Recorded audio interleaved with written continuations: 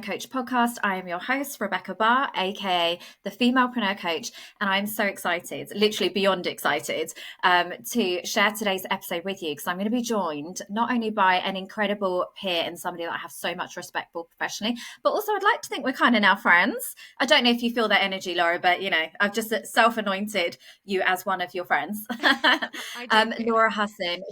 Oh, good. Who is, like I say, and well, we were just actually having a bit of a dilemma about the introduction. So I will let her kind of introduce herself, but just an incredible thought leader, spiritual leader, incredible mentor for women, who essentially want to aren't going to be sacrificing in this lifetime and want to live life on their own terms. So I'll let you do your official kind of introduction, but that's my observer from the outside, is like, you are just an incredible force of nature and a great example of female leadership at its finest.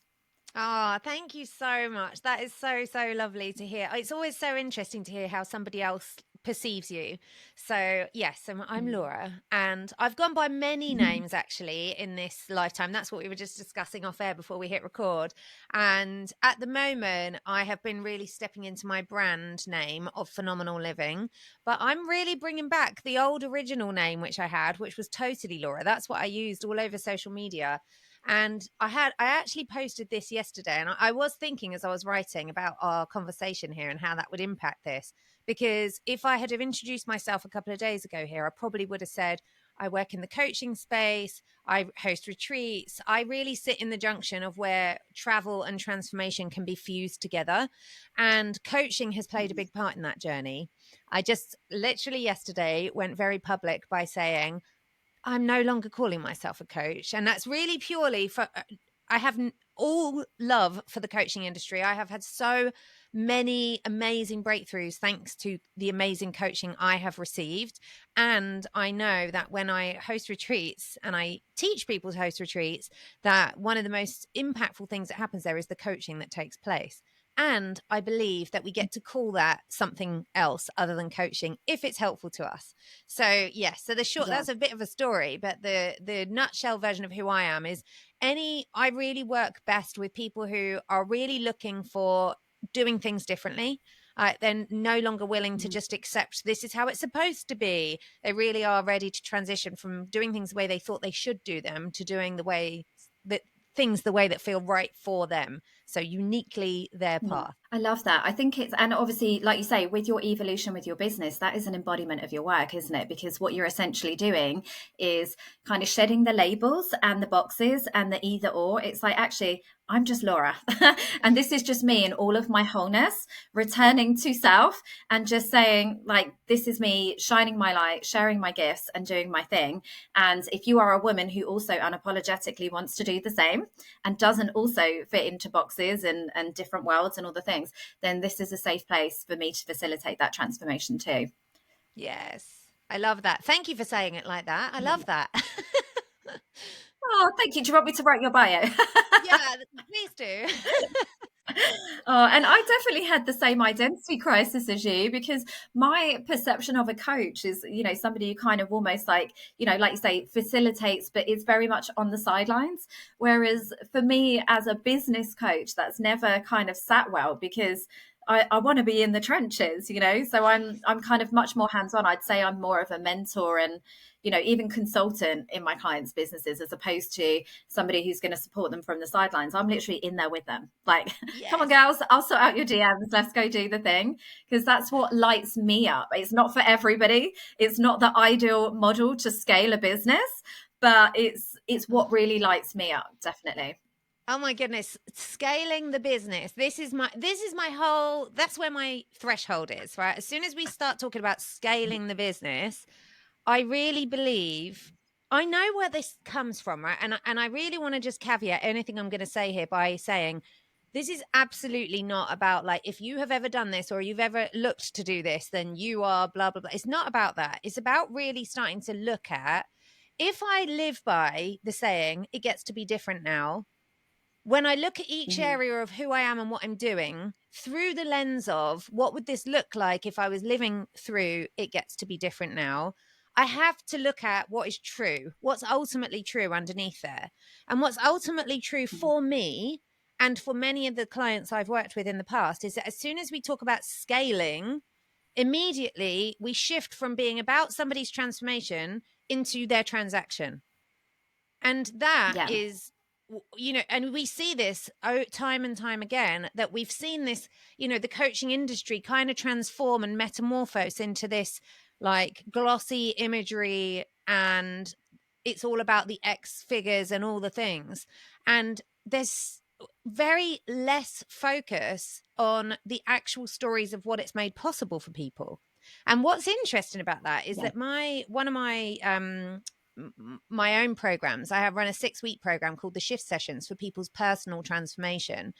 And one of the things my copywriter used to work with me, and she used to be pulling her hair out because she'd be like, what's the biggest transformation? Like, what's the thing that's going to leap off a sales page? And I was like, I don't know. It's like, because what my work does for people is help them feel peaceful. It helps them feel Yeah. like they're a calmer parent at bedtime. It helps them remember the romance in their relationship. It helps them prioritize their sleep. It's things that on the entrepreneurial success ladder are not talked about, are not celebrated, are not made to be put on a pedestal of any kind. And ultimately, aren't that sexy on a sales page. They don't sell that well because I'm not promising X figures as a result. Yeah. And I've actually had mentors that have said to me before, like, happiness doesn't sell. And I'm like, oh, Confidence doesn't. okay. Because yeah, because definitely for me as a business mentor, it's like, actually, yes, and as a money mentor, yes, I'm here for the big, incredible wins and expanding what is possible for women and changing the narrative and changing the norm and, claiming not your worth, because obviously money has no correlation to your self-worth. But for me, it's also, like you say, it's sustainability, it's wholeness, it's going to sleep feeling satisfied and Yes. knowing that you've made the world a better place and that you're doing everything on your terms. Like, where is that in a sales page? Because that to me is what success looks like. Yeah, 100%. And it's really looking I say this often when I'm on retreats, I say this all the time. It's like, who are you in the in between moments? Right. It's like, Hmm. think about the retreat setting. So, retreats are obviously my love language, right? This is what I love and this is what I live and breathe.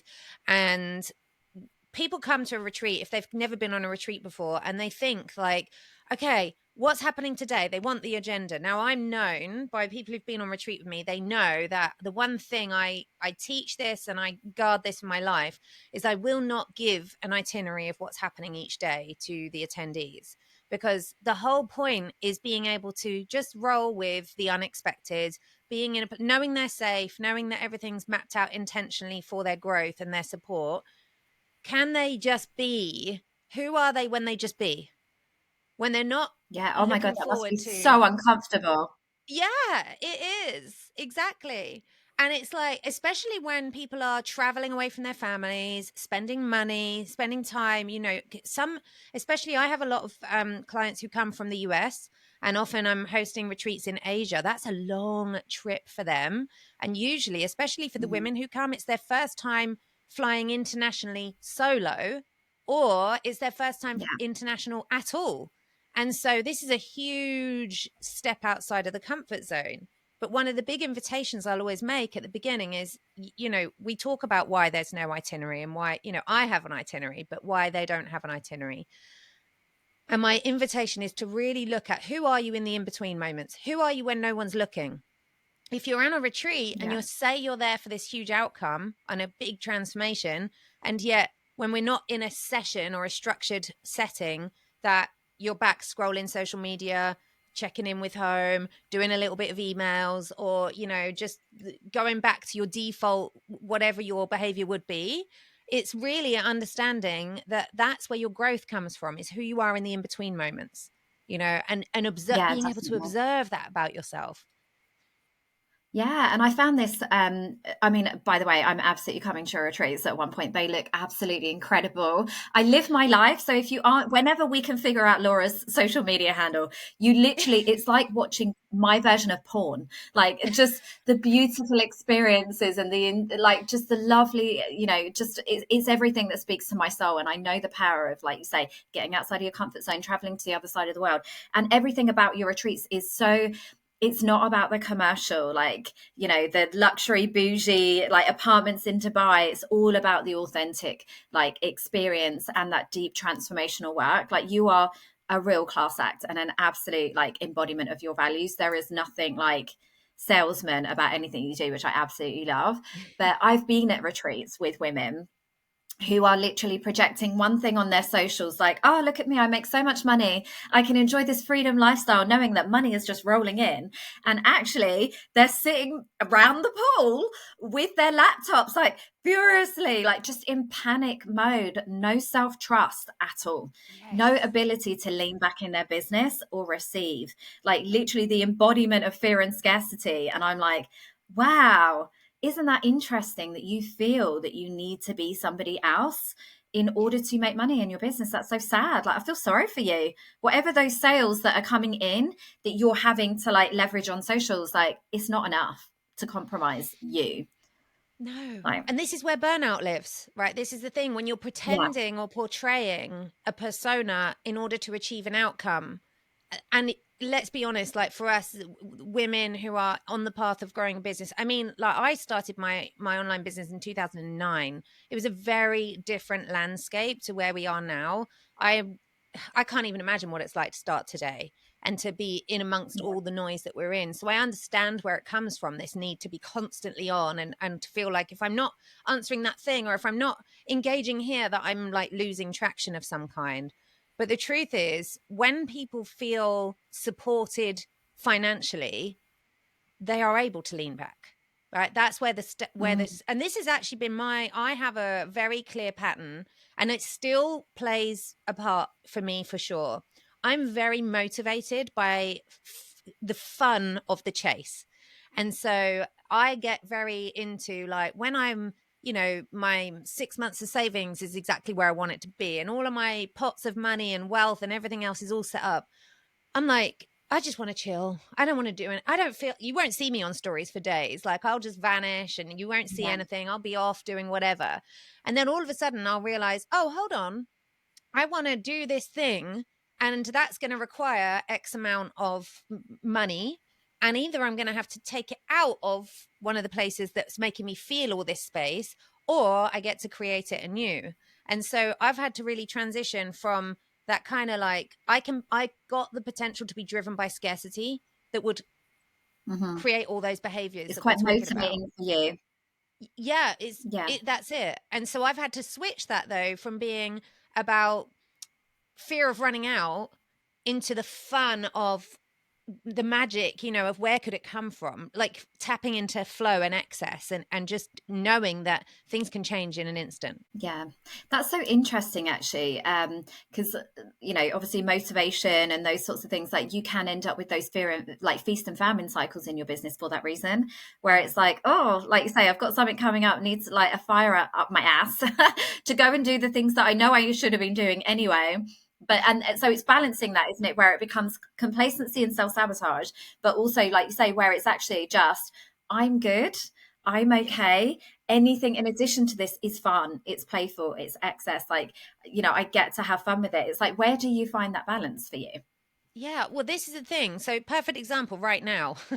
I am supposed, by my own setting, to be promoting my retreat leaders workshop, right? This is a free workshop that I've been planning to host, and I had it set. The date when I was planning to host it has already passed. The truth is, I've been in play mode, like, because I'm like, oh, my brother got married last weekend. It was my daughter's birthday this weekend. The sun came out, and I'm like, I don't want to go by those rules anymore. But the truth is also, I don't Yeah, have to. And because I don't have yeah, to, I get less like, it's easier for me to not hold myself to the things which, if I were to stick yeah, to them, would create the result that would result in scale, which is kind of where this conversation started. I'm just not attached to that. I'm yeah, attached to how it feels in the moment. I know the workshop will come when it comes. It's only really the way the online space has become that tells me, oh, well, you're supposed to stick to the date you said, and people are wait. It's like, it's yeah, free. I can do what I want. It doesn't matter when I do it. It's yeah. fine. But And that it's balancing motivation is that masculine interesting. and feminine. Yeah. Yeah, it's like balancing the masculine and the feminine in business, isn't it? Particularly when you are intuitively led. But I also firstly think like that's part of the bonus of being a business owner is that you can allow things to ebb and flow, like you say, and have that flexibility where it's like, actually, I just want to enjoy myself on a Saturday because what's the point otherwise? But also, Exactly. I think that comes from a place of self trust. Like ultimately, these kind of like masculine structures, like lead generation and all of these things, you're going to get to that outcome anyway, because Yeah. anybody who isn't working with you is an idiot. And I think it's that self trust of actually, do you know what? I don't need to jump through these hoops to get that result, to get an Yeah. incredible result in my business, because I've got trust in myself that people will bypass that process anyway. Like for me, I'm joining your program because, and I haven't had to go through a lead magnet or a funnel or a warm up period. I'm a woman that knows that, oh, you've got something that I need, and I would love to expand into that. And, you know, that's a commitment to my integrity to want to deliver the best results for my clients. Obviously, I'm going to go to the person who is already like an example of that. So I think it's that. I think it's self trust as well, actually, Yeah. that you know you're going to get to the same result without having to do the things that other people need to do. Absolutely. And like I will say, anybody who knows me has heard me say this a gazillion times, but trust is my top value above all else. And I really do feel like I can dress up who I am and what I do and what I offer and package it in different programs or experiences or different parts of the world.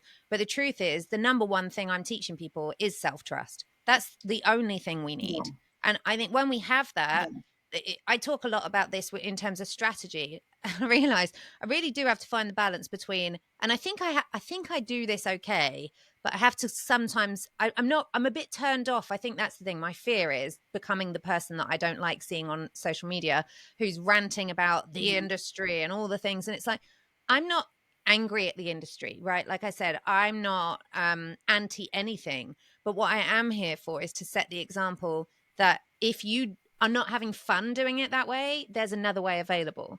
And so you get to yeah, choose again, and it's only done. You only have to believe that you're stuck, if you like, if you've stopped choosing again. Because the truth is that when yeah, you come back and you find a different way and you really understand what it means to trust yourself, to really, my whole body's just gone, ooh, to really understand what it means to trust yourself, to understand. And I've had in the past 2.5 years, I have had the most extreme personal circumstances present me with the opportunity to fall out of that trust. Right. When my daughter was mm, really unwell after COVID, she lost her mobility, she lost her short term memory, and nobody knew what was going on.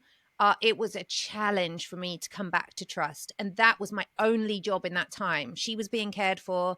I had to take care of me and find my trust. Because if I lost my trust, we were just on a landslide to who knows what. And that is the biggest challenge yeah, of all. It's very easy to trust when the money's rolling and things feel good and, you know, people are engaging in your posts and all of your offers are selling. That's a very easy time to trust. It's again, who are you in the in yeah. between? Who are you when that's not flowing in the way that you would like it to be flowing? And can you be honest about that in rather than show up and pretend you're being something you're not? Because like I said, that's where burnout comes from, is pretending to be something you're not. Yeah, definitely. And I was just going to quickly touch on that, actually, just to confirm. Like, I work with a lot of spiritual women and healers and people that are, you know, just not comfortable with the art of selling. And I always say you can sell without selling by just being the embodiment of your Yes. work. And Yes. and that's the thing. Like leadership and embodiment will sell out all of your programs. If people can see that you are a person of integrity who has value to share with others and is actually an embodiment of your work, you don't ever need to follow the I love that. sales process that everybody else does. You don't need bro marketing tactics. You don't need pain point marketing. You don't need urgency and scarcity, because like you're magnetic to the people that can actually help you. So I, you know, absolutely 100%. And that's what's always attracted me to you. That's the thing, like Laura, like your Yeah. aura, your energy is attractive, because it's like, wow, she really is doing her own thing, traveling the world, zero like fucks to the norms and what, you know, the clicks and how you're supposed to build business and all these things. She's just so like inspirational in that way, that, you know, for a woman who is somewhat self-led already, like there's still another level there, and I recognize that in you, that's my growth, to even embody that more. There's always another level. But what I just wanted to touch on was obviously like Ellen, bless her, because I remember following that story. Like, is she good now? God, I feel emotional just remembering it. I don't really even recap. I don't go back there very often just because I'm like, I'm not Mm. holding space for any of that to exist anymore. She just turned 15 on Yeah. Saturday and she is sitting GCSEs right now, a year ahead of schedule. She is actually coming with me to the Maldives. So, one of the things that it's just, I mean, this is a whole podcast in and of itself. Her journey has been an absolute source of inspiration to me. What that girl has done, I did not even believe she had within her. She has drawn strength from places where she had nothing. And we took a random notion. Maldives is my specialty area, right? If those of you who follow me, and I know that you've seen me do this, like I go to the Maldives very often. It was my bucket list dream destination. And then when I went there the first time, I was like, I need to be here all the time. And now I am. And my daughter came before she was mobile again. We were invited by a very lovely, generous guy who we are connected to in the Maldives to come out to his resort and see if that change of scenery would help her to get back on her feet, for her memory to come back. So we went out there and Oh, it's again, giving me chills. yeah, Like, honestly, I'm like, just because, like, the kindness of the strangers kindness. sometimes is just, it gets me, it makes me cry more than like Yeah, bad things happening. It's it like, oh, honestly, that's so lovely. it's it's unbelievable. And again, it's like this trust, right? The trust that had to exist for me to get her on a plane. We weren't even flying direct. She couldn't walk.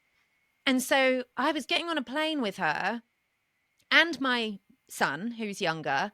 I was getting on a plane with them. My husband couldn't fly because he was waiting for a knee operation at the time. So it was just me with the two kids flying via Doha. So we had to transit and trying to work all this out. I was like, am I really going to do this? Like, is this just like irresponsible? Is the question that was coming up, And we arrived there and they were just amazing. I mean, if this is talk about the things that shouldn't be possible that became possible, right? We arrived in the Maldives via a seaplane. All the things that you'd think somebody who wasn't mobile couldn't really, really do. They met us at the end of the jetty with a wheelchair so that we didn't have to struggle with that. By the end of the second day, she was climbing a palm tree. And Oh, this shift was monumental in her.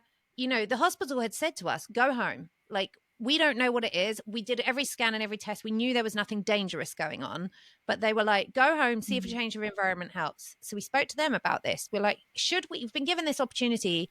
Should we?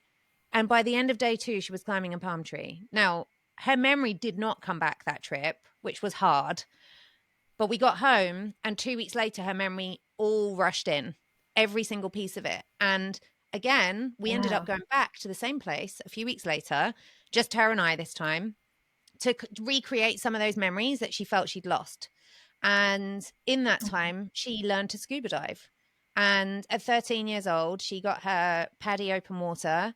And she's gone on from then to get more and more and more certifications. And it's just extraordinary. So in August, we're going to the Maldives together, her and I, and we are co hosting a PADI scuba diving retreat for women and children, if they want to come and learn to scuba dive. And Ellen's going to be assisting on that with the dive center, which is just the most incredible, amazing thing. I cannot even imagine how I'm going to feel watching that happen. Oh my God. I'm literally like choked up. I'm not even joking. I'm such an empath anyway. But obviously, as a mother, there's just so much in that whole journey, isn't it? Like, what a fucking inspiration Honestly. she is. But obviously, again, that's testament to what she's seen you embody as a mother. We can pour into our kids every day and say, you're beautiful, you're amazing, you can do anything. But if you are not the living proof of that, then it falls on deaf ears. You Yes. need to. So she's obviously learned that fortitude. She might be an old soul also. I suspect she's probably been here but in a previous life. But just, what an inspiration that you both are, and also testament to the embodiment of your work. When you get out of your environment, miracles happen. Like, Yes. Literally, it's fucking living proof of that. And I just Honestly. love that full synergy in your business. Yeah, and that's it. And it's what's so funny about that is that it's like I know when I travel, amazing things happen. It's always been true. And yet, because of the things that I believed, you know, you have to sell one thing, you have to be clear. If you sell more than one thing, people will get confused.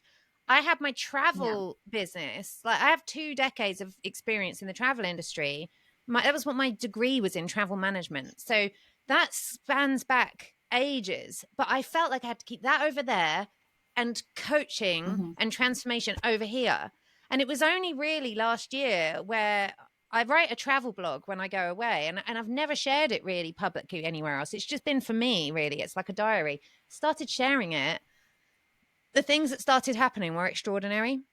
So again, it's like, why do we have to keep everything separate? As soon as everything's separate, we create this tension and friction because it's like, well, this is probably, I bet you have this conversation all the time with your clients as well. It's like, well, because Yeah. I work with a lot of multi-passionate people, and it's like, well, I Yeah. need one Instagram for this and one for that and one for that and one for, and it's like, ugh, we've all done it. I've got about 20 different accounts, but as soon as you fuse all parts of you together, you become undeniably the only person who is uniquely qualified to do what you do.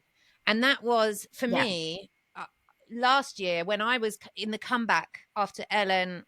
You know, then my mum was unwell. My mum passed away last year, and I was ready. I'd taken 2 years off from my business and just played.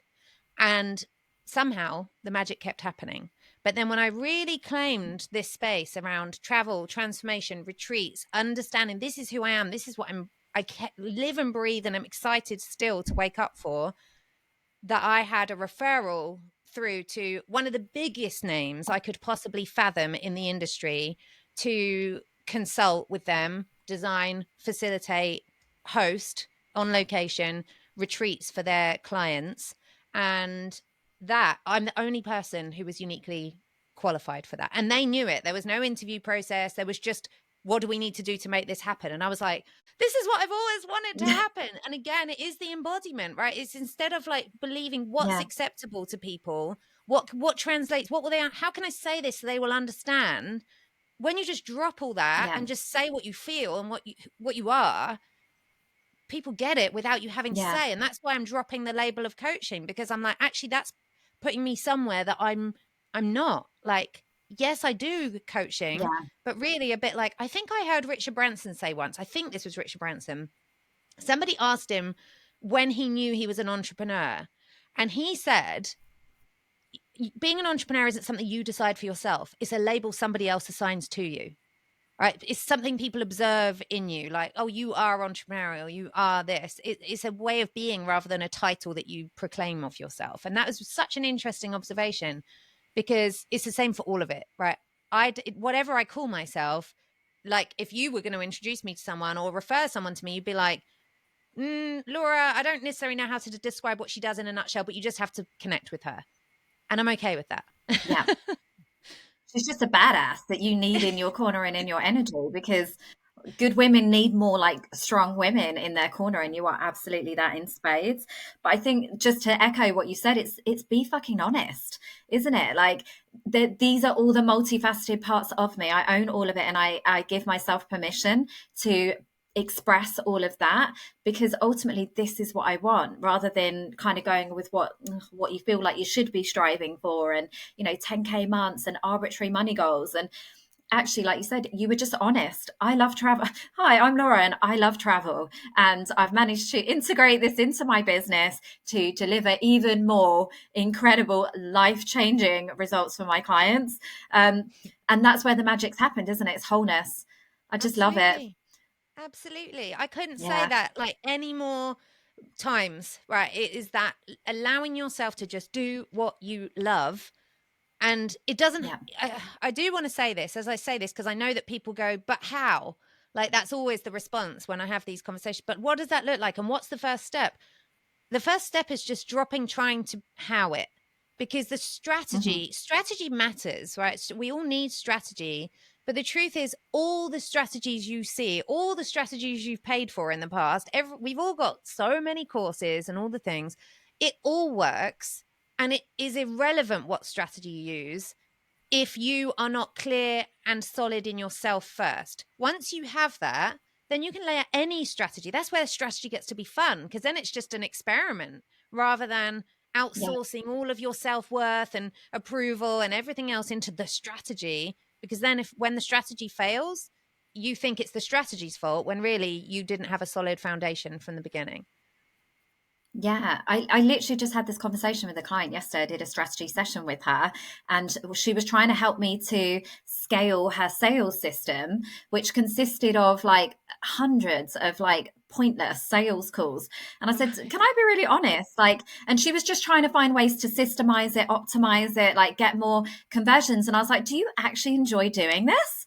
And she was like, well, no, but you obviously need to, because, you know, da da da. And I was like, oh my lord, like let me give you permission that you will speak to an audience that is has that is not stupid, Yes. doesn't need persuading or manipulating, and can demonstrate discernment that, you know, if you set out, this is my offer and this is what it can do for you, that they will be able to self-identify and just say yes please, thank you very much, without the Exactly. need for a sales call. And it literally blew her mind. She was like, I spent 30 hours last month on sales calls and the conversion Wow. wasn't even that high, and the product wasn't even that much. It was like under £1,000. There were payment plans available. I was like, do you literally go to their house and help them to like fill in the details online? Like, how much more does your client need to make that decision? I was like, I think you're massively underestimating your audience and the value that you bring. The fact that you're even generating that kind of interest tells you that you absolutely get to do it on your terms. Well, you get to do that regardless. But I was like, girl, can we just like X that? And she was like, oh, thank you. She's like, Imagine. it never occurred to me that I didn't have to do these things. No, because this is what we get shown, right? Is this is how it's supposed to be. Like, I cannot even tell you the last time I did a sales call. When I used to run a website agency, I used to do sales calls, but they weren't even really sales calls. They were really like an interview to see if we even wanted to do the project. That's a different Yeah, thing. Like when I'm doing retreats, if I don't know you and you ask me if you can come on my retreat, absolutely, I'm doing a call with you because I need to get to know you. I need to know if you're a good match for the group as much as, yeah, and I would rather run a smaller retreat than have people there just to fill spaces because the integrity of the group is so important. But oh my yeah, gosh, that is so interesting, isn't it? That the things like you said earlier about my retreat leader program, the first time I ran it last year, I didn't do any workshops or freebies or any of those things. And it's so interesting that because I was launching it a second time, automatically I started telling myself, well, I have to do this now. All the people, this is the story that was running. All the people who wanted to buy have already bought. So now I have to go and find new people and show them why I'm good enough to show them blah, blah, blah, blah.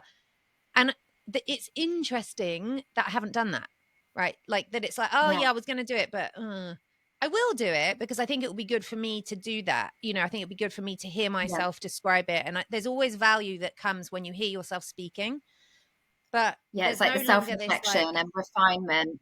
Yeah. yeah, But yeah, that's coming from a place of refinement, isn't it? Rather than desperation. I need to get 100 sign-ups and I need to get all of these no, things. none of It's that. like, actually, this just helps me to craft the customer journey and refine Exactly. the offer. And yeah, like you say, that's coming Exactly. from a place of self-leadership rather than a lack of self-trust.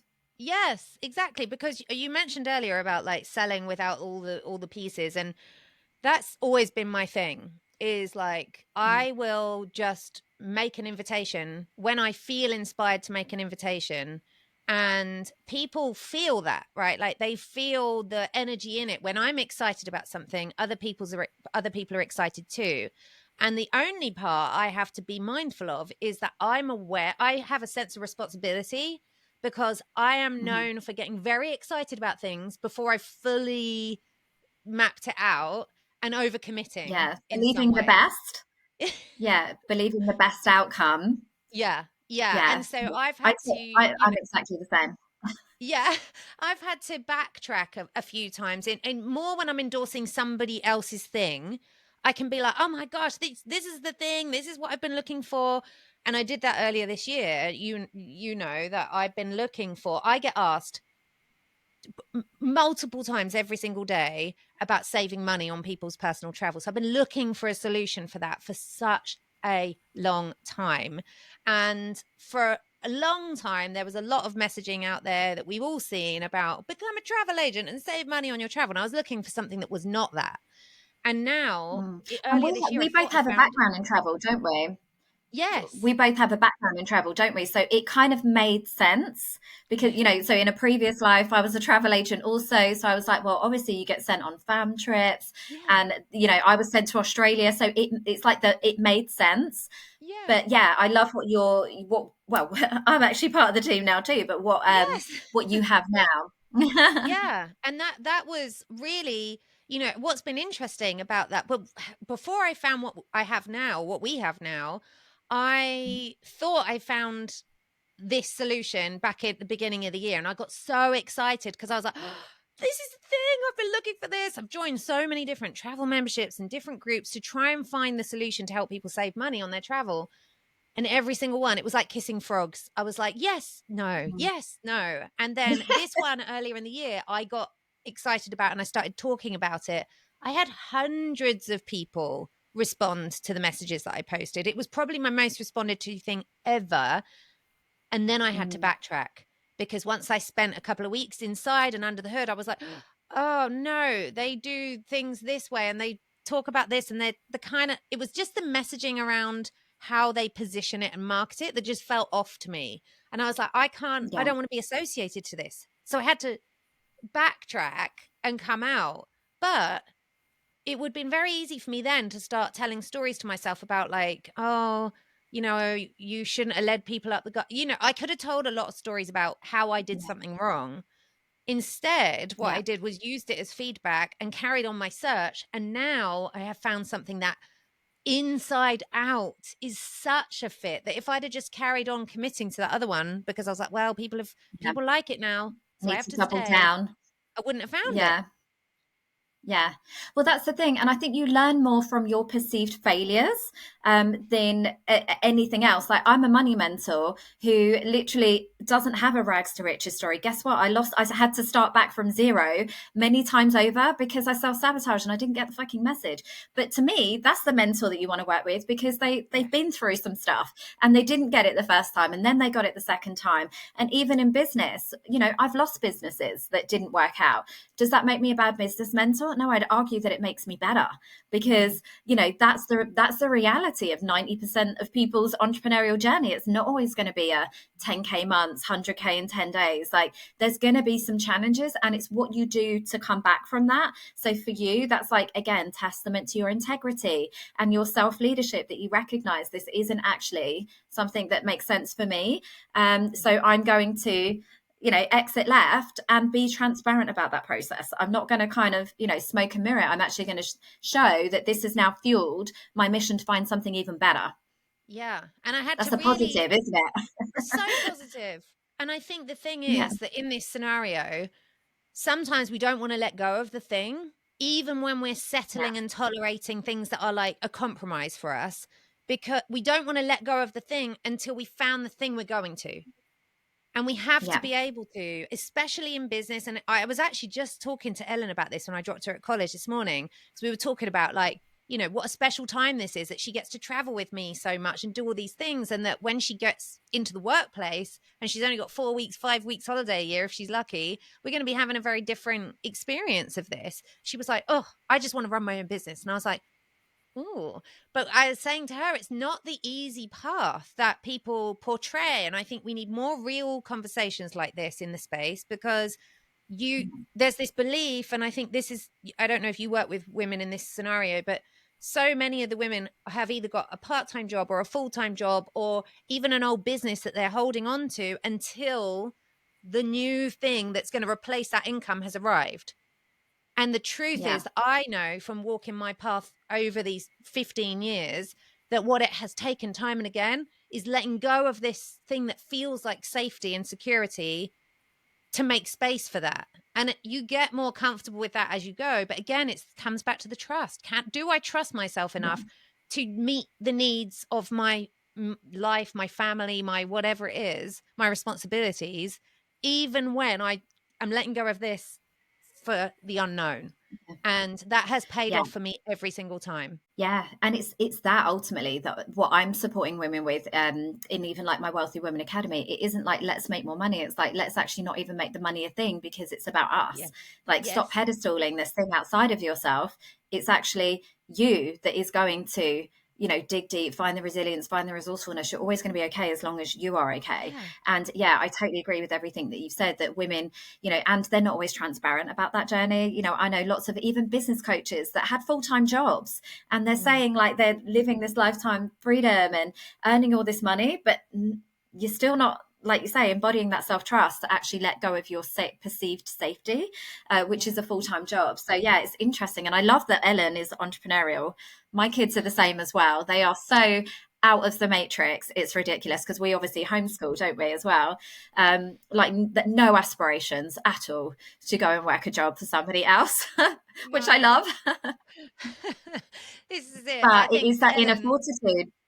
yeah, exactly. And I think for Ellen right now, with her diving experience, the path she's on is like she wants to go all the way with that. She wants to go and do an apprenticeship, and she's been offered 2 apprenticeships in dive centers in the Maldives. She just has to get to 18 to be able to go and do them.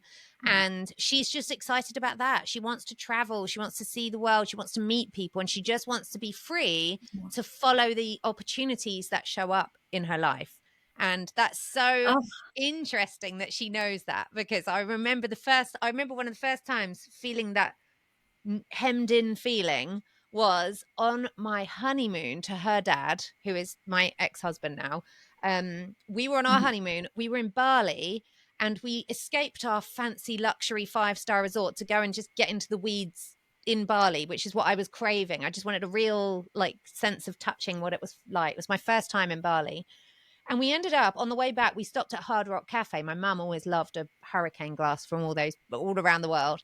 We stopped there, and it was happy hour at the bar. It was like buy one, get one free cocktails. And these 2 guys were at the bar, and they were like, oh, it's on us.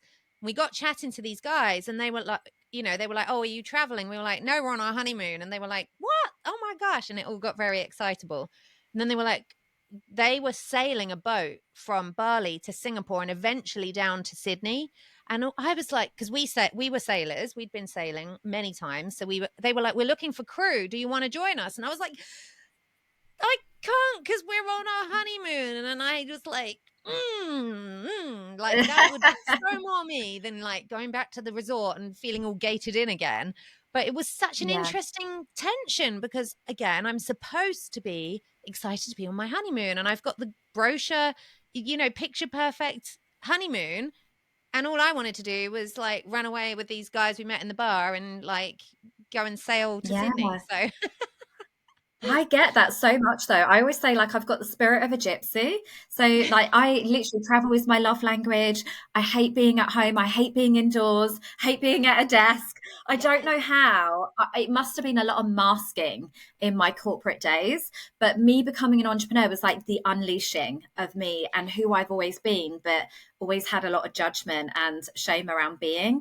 My friends were like, "Ah, let's go sit at day drink in the pub all day." I'd be like really, like we could do 100 things today and then still have time to drink tonight. Like what? I couldn't imagine being in one place for all of that time with the same goddamn people, with the same conversations.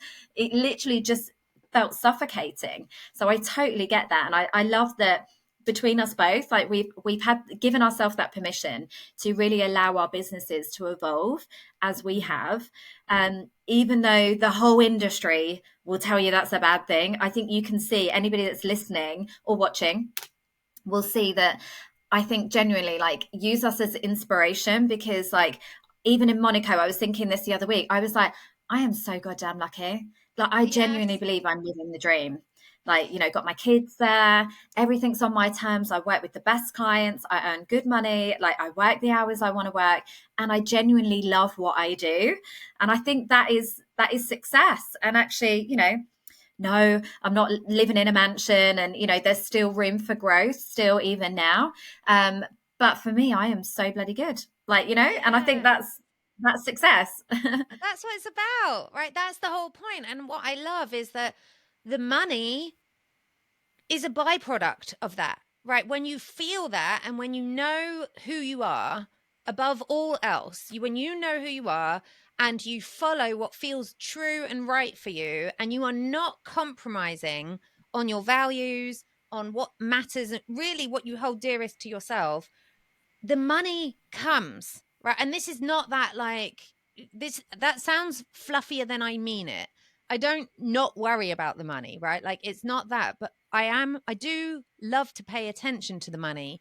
But what I've always found is the times the money has flowed the fastest are the times where I'm most paying attention to what feels right for me. And every time I follow that, it's great. Every time I move away from that, I'm abandoning myself. And the money situation reflects that vividly. Anytime I've been in money Mm. scarcity, I have to look at me. Where am I abandoning myself and what is happening here? Yeah, and literally that's so interesting that you said that. Absolutely, because what's happening with our financial circumstance is just symbolic of what's happening in other areas of our life, and typically it is that.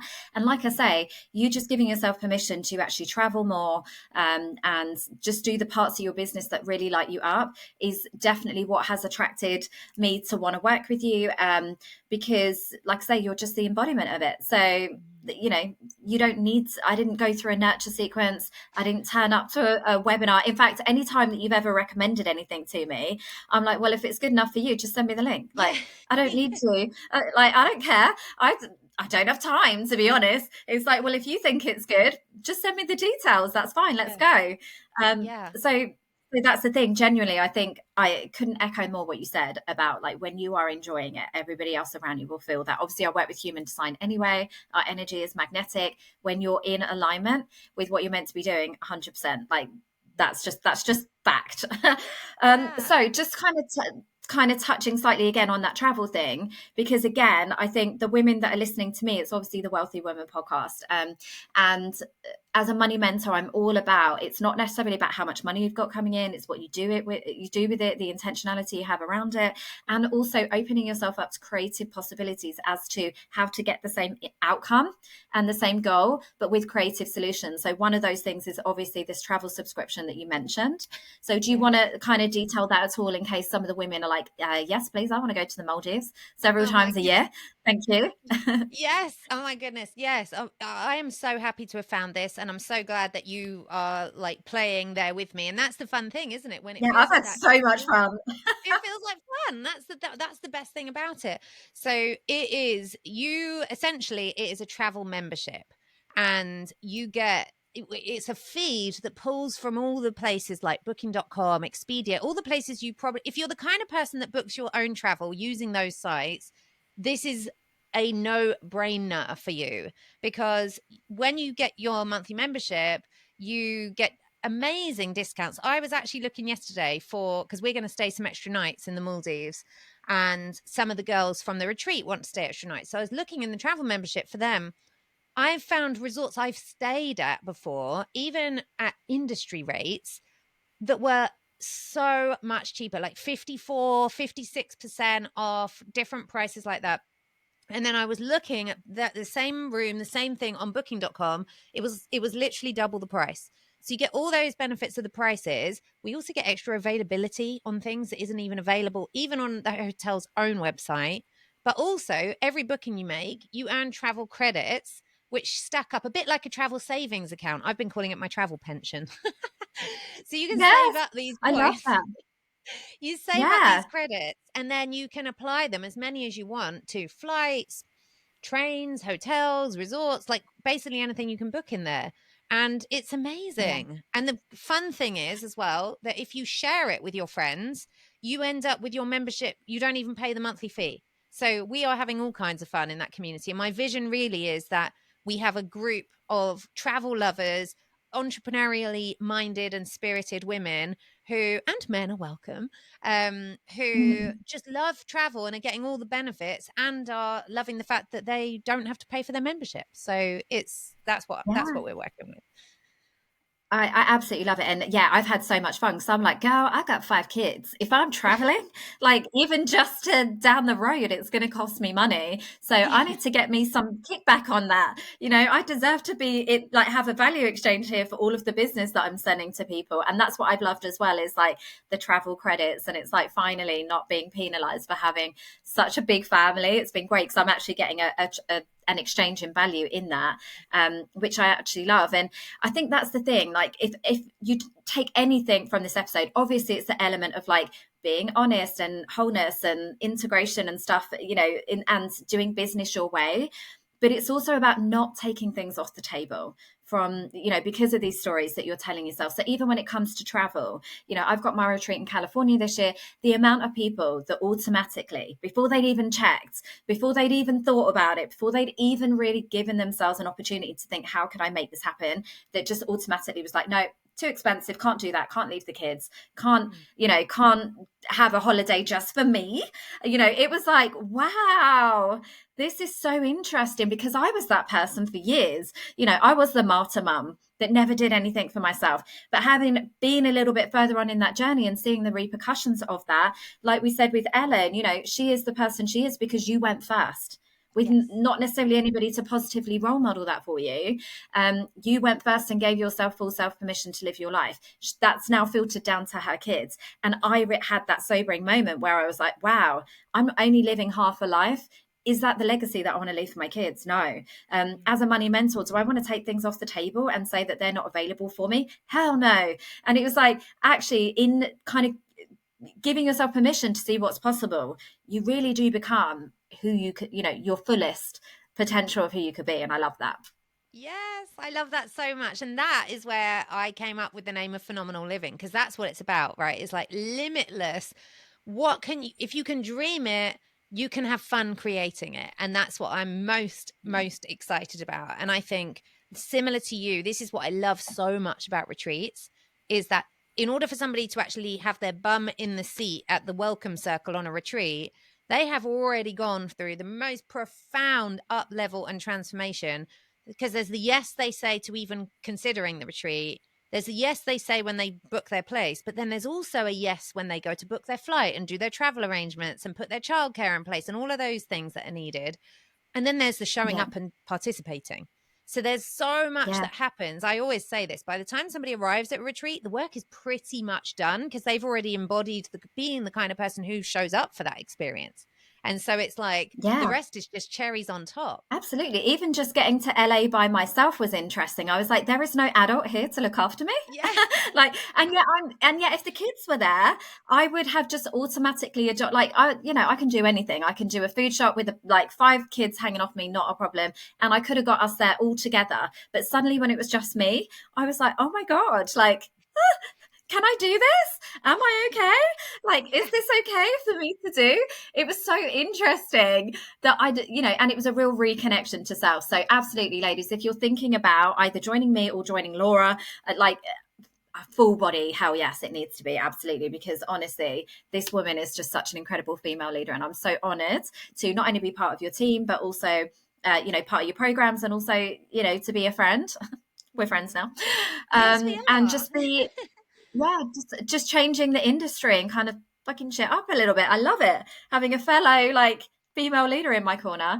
So thank you so much for today, today's time and interview and sharing your wisdom. I know it's really going to touch the hearts and minds of all of the women that are listening. So shall I just say to kind of put a pin in it as to where they can find you right now? Shall I I would add it to the say show notes? yeah, I would say right today, if this was going live today, my Instagram is Laura Phenomenal Living. If you find this in weeks and months to come and there's nothing to find there, then you can find me at Totally Laura. Amazing.